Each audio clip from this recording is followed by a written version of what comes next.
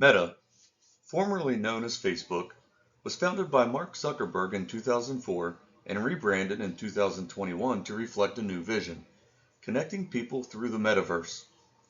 Today, Meta owns Facebook, Instagram, WhatsApp, Threads, and Reality Labs, and its mission statement says it wants to give people the power to build community and bring the world closer together. But over time, that connection has come with a cost, especially for young people. Our group focused on how Meta's platforms negatively affect youth mental health. Multiple investigations and lawsuits allege that Meta's algorithms intentionally exploit teen psychology, encouraging addictive scrolling and fostering comparison culture. Internal research leaked to the Wall Street Journal revealed that Instagram made body image issues worse for 1 in 3 teen girls. And according to a Science Direct study, excessive social media use is directly linked to higher levels of anxiety, depression, and loneliness. Meta's drive for engagement and profit has come at the expense of digital well-being for an entire generation.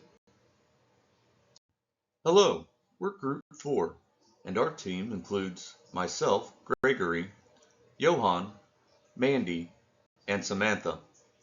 Together, we've combined our research to present a picture of how Meta's platforms impact young users and what can be done to address it.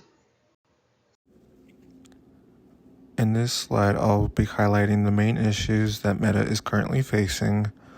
Several reports and lawsuits that claim that one of Meta's many apps, Instagram, has had many harmful effects on teens' mental health, especially among young teenage girls. What makes this worse is the allegations that Meta was aware of these internal issues, but continued to promote the platform as a safe platform. This has sparked legal and public backlash that puts Meta under intense scrutiny. One of the big problems that Meta is facing currently involves how leadership has handled communication about these concerns.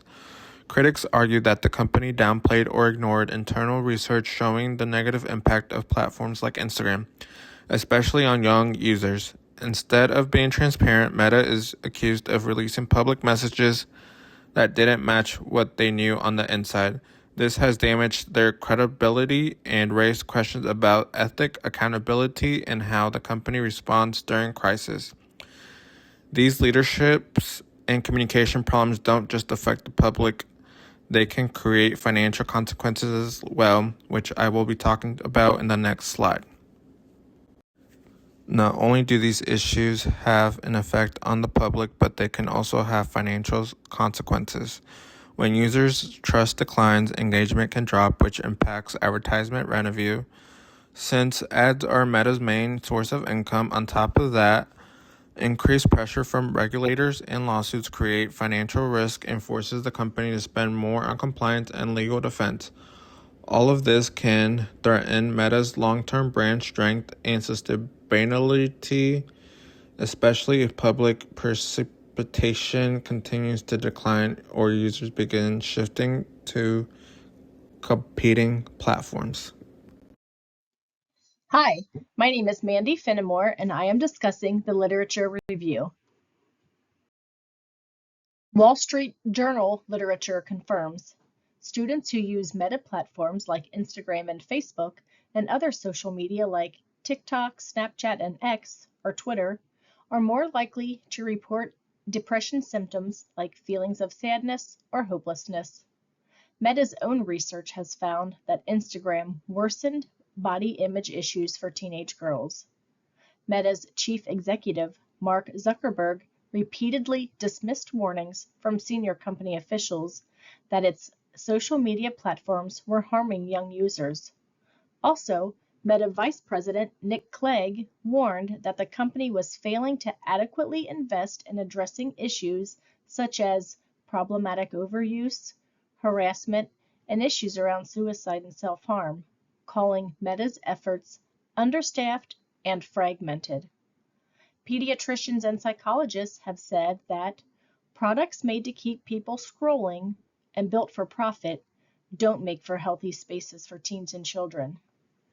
Reports also pointed to risks of disrupted sleep and attention, and, as mentioned earlier, negative body image issues.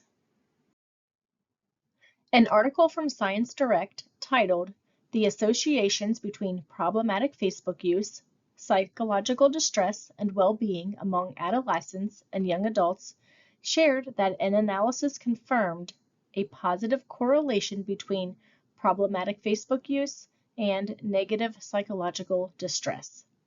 Several other studies found positive associations between mental health problems like anxiety, social anxiety, and depressive symptoms, and problematic Facebook use. The APA advisory showed that social media is related to psychological harm through online discrimination, prejudice, hate, and cyberbullying. Research also found that young people face serious risks when they are exposed to content about self-harm, harm to others, or eating disorders. Next up, you'll hear from Samantha. Hi, I'm Red Boothby, and I'll be going over the Meta SWOT analysis. Starting with strengths, Meta's scale and influence are enormous.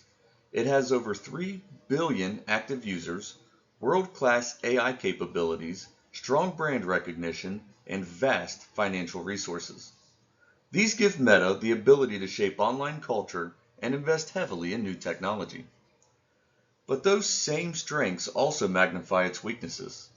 The company's platforms are designed around engagement, not well-being.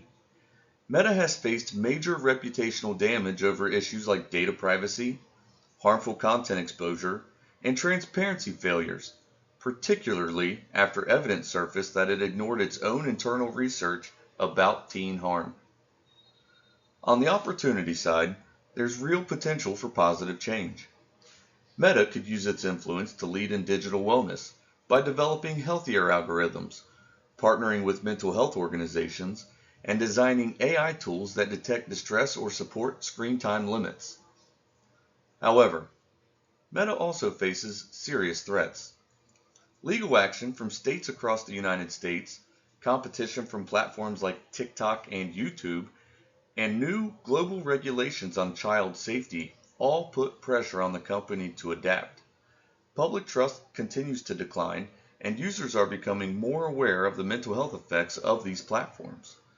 So when you look at Meta's SWOT analysis as a whole, it's clear that its future depends on whether it can balance innovation and responsibility, using its power to protect, not exploit, its youngest users. Meta has a lot of strengths, including advanced AI and data analytics, financial resources, continued innovation, and global reach. Some opportunities that they have to work on is the need for safer online environments, the popularity of digital well-being, and the growing areas for mental health. Recommendations to leverage strengths and opportunities that we have would be to reframe the metaverse to have supportive environments for young individuals. Having wellness centers digitally or even mental health support groups can be very beneficial. Develop AI detection of well-being features to detect signs. If there is cyberbullying or even mental distress, AI should be able to detect it and report it. Add more parental monitoring features. We'd like to expand parental control options and go ahead and collaborate with schools in order to add verification for parents. Use popular platforms to promote uplifting content for youth. There are a lot of creators and a lot of young kids look up to creators.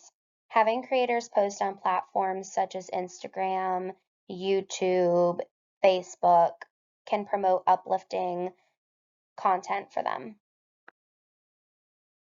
Some potential weaknesses would be inaccurate age detection and verification, the popularity of harmful or heavy content, and no outlets for kids to go to.